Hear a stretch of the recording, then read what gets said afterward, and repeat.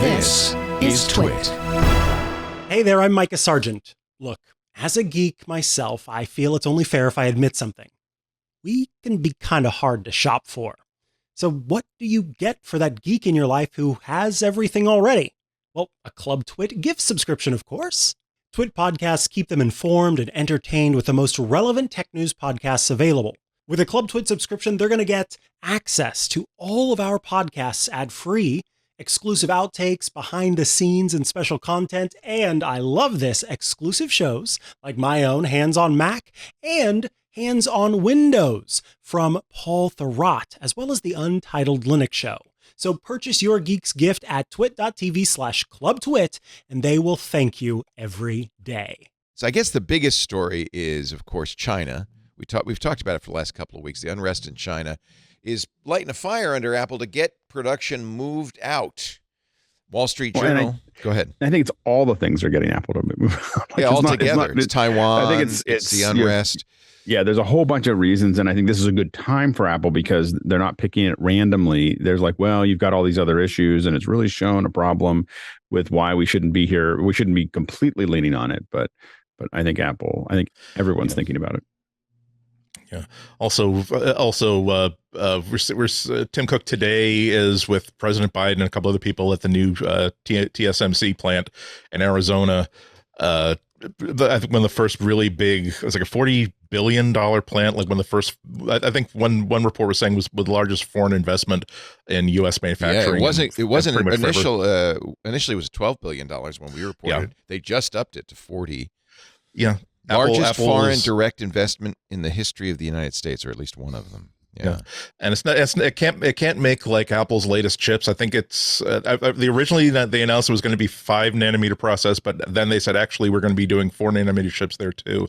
But Apple has already said that we're going to have some of our silicon produced there. Obviously not the thing that goes into like the silicon Mac Pro, but this is what happens when the government says we're making it a national issue that we want to have more manufacturing in the United States, and that's to say nothing about like the Wall Street Journal had news about Apple trying to get more iPad production in India, and like we've been talking about week after week after week. Alex is right. Apple has so many reasons to want it to spread its bets around right now, and now there's opportunity to do so because there's so much competition or so much desire to scoop up all the people who are leaving or trying to take some of their business out of China right now. Of course, Foxconn's Zhengzhou plant is called iPhone City. 300,000 workers, and due to revolts, but partly against the zero COVID policy, partly against the lack of bonuses promised to new workers, they're losing 40% of the production, according to Apple, this month. That's a big drop. That journal story is really interesting. I am not a believer. I know that some people are believers in like Apple doing tactical leaks to the press, and I don't believe that happens very often. However, the Saturday before Joe Biden is going to be at the TSMC plant, and Wall Street Journal on a Saturday, which is, not your best day for the Wall Street Journal, honestly, does a story where Apple kind of inches away from China. That feels a little more planted to me. But as we've been saying here for weeks and months and years, how Apple does need to diversify, but when does it do it? And the Journal story basically says that they seem to be in denial for a long time. But this last, I think the 1-2 punch of that Mac shutdown in Shanghai and then this new issue with the iPhone has engaged them a little bit more and also given them, as we've said, more of an excuse to start the process going on.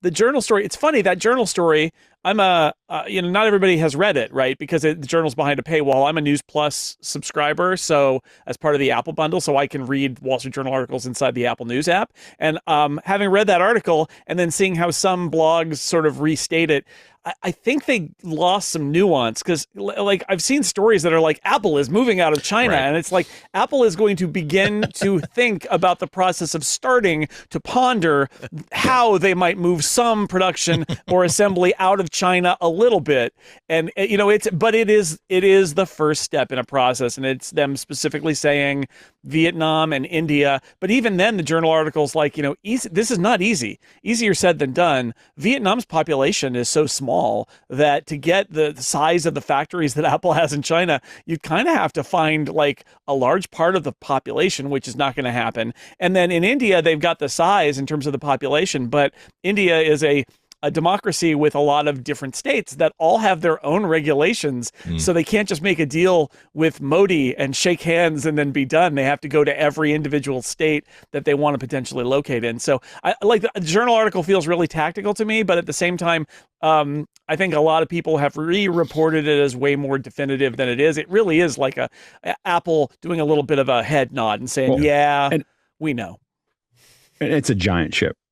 to turn, and so it just doesn't have the trim that you would have with a little cigarette, and so it's just like you're talking about a huge barge that needs to get turned, and it's gonna take 5 or 10 years for them to really do what they need to do, but they do need to start at some point in time. You have to say we're going to start building something somewhere else, and they've already done that a little bit in India, Vietnam, Brazil, somewhat because of other regulations.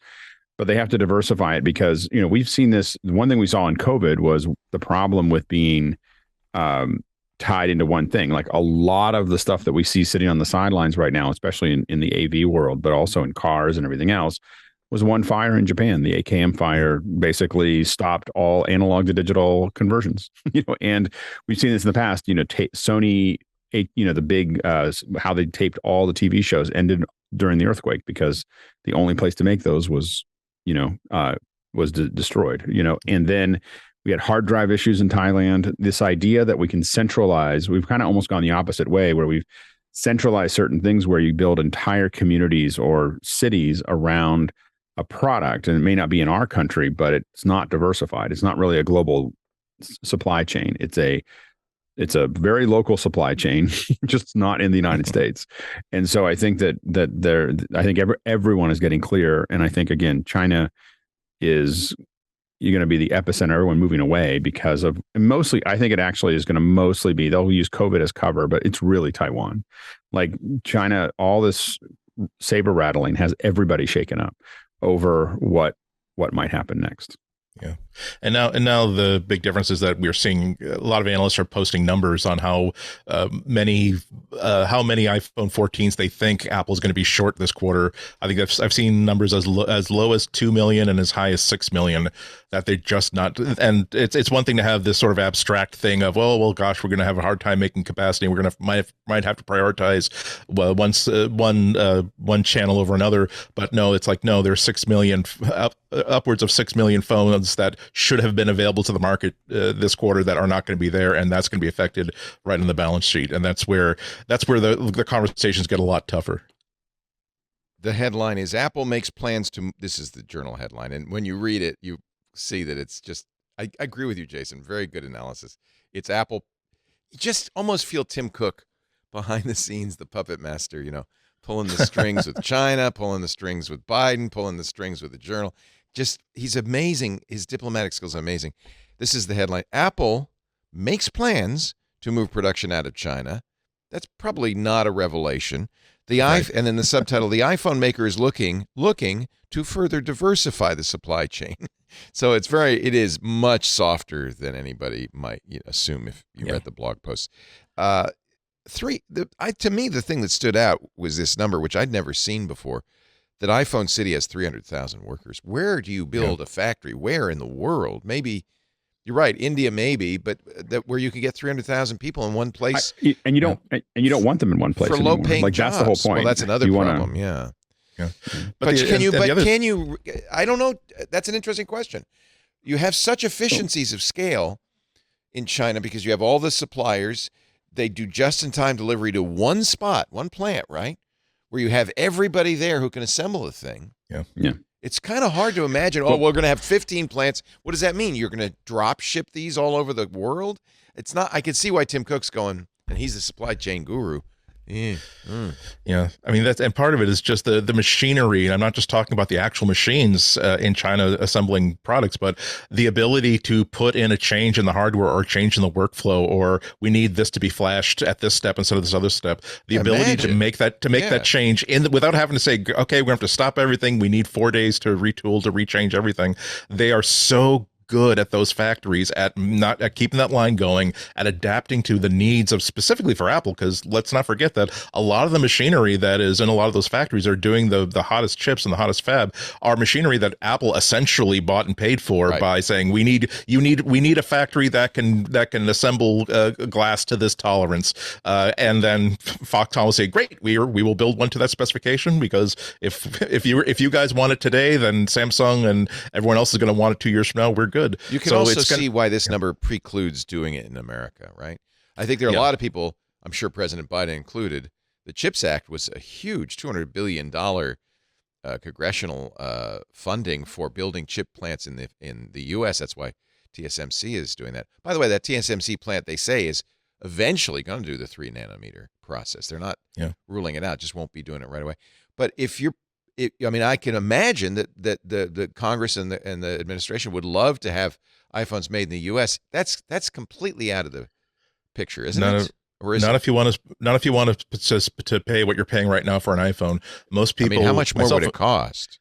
Yeah, exactly. I don't think it would necessarily be prohibitive, but it would be significant. And the thing is, we have a much stronger labor movement, as weakened as it has become in the past 20 or 30 years. We have a very, very good labor movement in the United States, and we would not tolerate being able to having to pay $130 for a 4-pack of underwear. Yeah. And it's ironic because that's what this is. Ultimately, in Zhengzhou, is a labor movement. Workers are striking. They're unofficially. They're saying, "Stand up for your rights." They're saying specifically that, number one, they were put into hazardous situations where people who tested. They're saying people on campus who in the factory campus that have tested positive for COVID are not being isolated. They're also saying that the people who were being recruited in to travel to take these jobs were promised bonuses on the specific schedule. They show up and they say, "Oh, by the way, we won't be paying you on this schedule. You'll have to work longer and later and take less money." And they said, "Go to hell. We're gonna nice set of gates. Wonder what it would look like if we were smashed and laying on the ground." And those are the people who got beaten with sticks by cops. That's not a good look. It's also we should say also in America you can't flip that switch, right? It takes time. This is you put the chip plant in, you put other parts of the equation in, and then what happens is very slowly, right? Because TSMC's concern was they also have to have people to run the plant, and they've got to get the materials from the outside, and this is a thing where the U.S. hasn't done some of this stuff in a while, and so you need to have, not only is it like the universities and all of that, but it's the infrastructure that builds up around it. So what you do is you put something in and you pay that premium. You pay a lot more than it's actually, right? I think the president of TSMC said 50% more per chip, basically, out of this factory. Wow. So it's a huge premium, but the U.S. says we're willing to pay it to have this in the U.S. And what you want to see is very slowly an ecosystem grow around it where everybody says, oh, well, we want to be next to the TSMC plant, or we want to be able to hire away some of the people who are working at TSMC to work at Intel or whatever. And so we're going to be in Phoenix. And then you look back in 10 years maybe, and in that area in Phoenix, suddenly a burgeoning kind of a chip and manufacturing ecosystem has grown. But right now, it's like it was dropped down from space. That's how you start. Well, but we're paying the price for it. It's never going to happen. And what are the odds, do you think, that China will get a lid on these protests because they'll roll tanks, and that event it'll go away, and in 6 months, everybody go, back to business as usual, because it's the best way to do it. Yeah, Alex. I just don't think it's about. I think it's about Taiwan.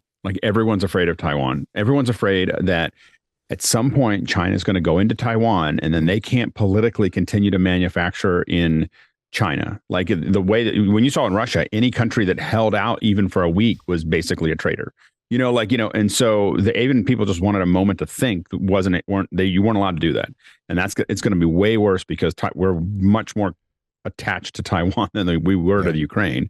And so it's not going to be defendable. Apple will have to shut down the factories in China if they go into Taiwan. And, and then they'll be left with whatever they got done between now and then. So it probably won't be perfect, but it's all about, I believe that it's all about Taiwan. And if China and I think invades Taiwan, the least of our worries are going to be where we're going to make our iPhones. Well, it's going to be a big worry for Apple. I mean, the thing is, let me tell you, that's World War III. That's not nice. we'll see. just roll over and say, yeah, go ahead. Biden keeps saying, no, we're going to defend Taiwan. Yeah, I mean, the thing is that China's got a lot of problems internally, and so we want to keep on applying that pressure. If everyone did stop doing work in China, the economy would become pretty unhinged pretty quickly in China as well. So it would and they have their own.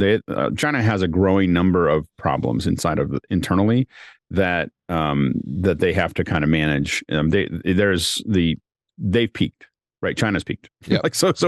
It's now putting out. It's going to be putting out fires pretty fast, and so, But the point is that regardless of what would happen, going into Taiwan would be a big deal for everyone, and I think everyone's trying to figure that out. Also, Foxconn has been working on fully automated, warehouses and not succeeding yet.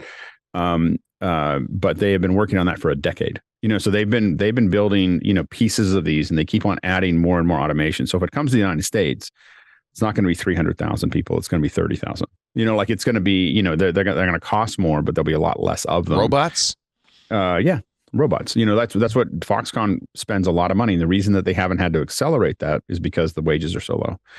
So a lot of times when wages are low, there's a lot of automation that's available at a certain price. It's kind of like with drilling oil. Like we can get cheap oil and then we get expensive oil. And once you get to a certain point, you'll just start putting the machines in to do it. And, that's what we did. The Mac Pro, for the trash cans, the Mac Pros were built in mostly by robots.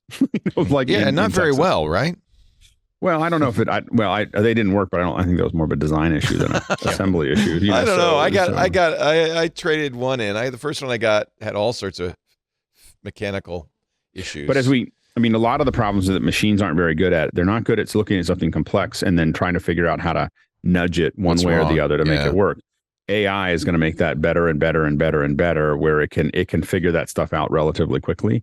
And so, a lot of the, anything that's a rote assembly has got maybe 10 or 15 years left before it's almost all a machine. Yeah. I wanted to say something about just the idea of, we were talking about Taiwan and contingencies and all of that. I think the truth is we may look back on this on 5 or 10 years in the future and say, well, it didn't happen, so this was all not worth it. And they didn't need to diversify from China. It all worked out. They put all that money into India and into Vietnam and into building chip factories here in the U.S. And we didn't actually need to do any of that. But I also think that part of it is they're playing the game here, right? Which is if it doesn't happen, one of the reasons it doesn't happen may be because of the diversification, right? That you want to take the pressure off a little bit and say, look, China, not all of our stuff is in your country anymore, and that is part of the larger picture here. I don't know. It is, fundamentally, if I'm Tim Cook, I am looking at severing ties with China like so much of the Western world did with Russia as an extinction level event. And so for me, it's just like, I need to have a fallback site, even if it is more expensive and lower production and not something that's a long-term solution. It's better than no knowledge, right? Like literally, like we don't even know how to start. They're doing that part now, even if it's not very realistic in the near term. And the equation that I use for risk is the chances of something happening multiplied by the consequences. Yeah, so it's even like if the an chances are asteroid very hit. small, the chances are very small, but the consequences are very big, and that means the risk is high. Yeah, and also keep in mind that as Jason points out every single quarter with his scripts, the biggest chunk of Apple's profit pie is still hardware by a long stretch. They're doing a great job of getting money from services, but if anything causes iPhone sales to tank, that's going to hurt a lot. That's going to be when you hear like people say, oh well, they're turning down the heat on the Apple Car project, or they're turning down the heat on these other projects that they don't know if it's going to be a business yet. But fortunately, Apple, they'd have to have 5 really bad years before they even change the grade of coffee in the cafeteria. Yeah, I mean, I think that this also gets into like where should Apple keep its cash position, because a lot of times it's giving away a lot of that money back in dividends. It's doing lots of buybacks. At some point, it may want to build up a little bit of cash. For a while, Apple had a problem that their cash position was so high that it became complicated for them because they have too much cash for their market cap. But the market cap now is so high they could afford to increase that cash position to buffer themselves a little bit more in case something happened. According to CNBC, Apple's looking at making the iPad in India. This is CNBC's sources are close to the Indian government, which so it may just be the Indian wishful thinking from the Indian government. The problem, of course, lack of manufacturing expertise. It's funny how this was a cascade of problems, starting with supply chain issues and now zero COVID and riots in the factory. I mean, it really has been coming on for a year. Well, and I think as Jason talked about last week, I think it's not just that there's zero COVID, it's that China still could not manage a COVID outbreak. And the reason they have zero COVID is that if it actually gets out, right, there's going to be all kinds of trouble, and they'll have a whole new set of problems of just incredible mortality rates because they don't have an effective vaccine and they don't have the hospitals to manage that's why they're doing all of that, of course. And so it's, so that's still looming over them. Yeah. There's a reason why they had zero COVID. It wasn't just President Xi's good idea. And they haven't gotten any further ahead. They're not reaching any version of herd immunity. So all that COVID just keeps, hanging over them. Yeah, we've kind of seen this, haven't we? We've seen this play out, that there is a certain advantage. There is a certain advantage to letting people get sick. Or getting them vaccinated. But between vaccination and getting sick, the United States now has a fair amount of herd immunity, right? Between infection and vaccination. 42% of all U.S. Americans have gotten COVID, and half of them lie about it. Say they haven't. You guys, I'm on to you.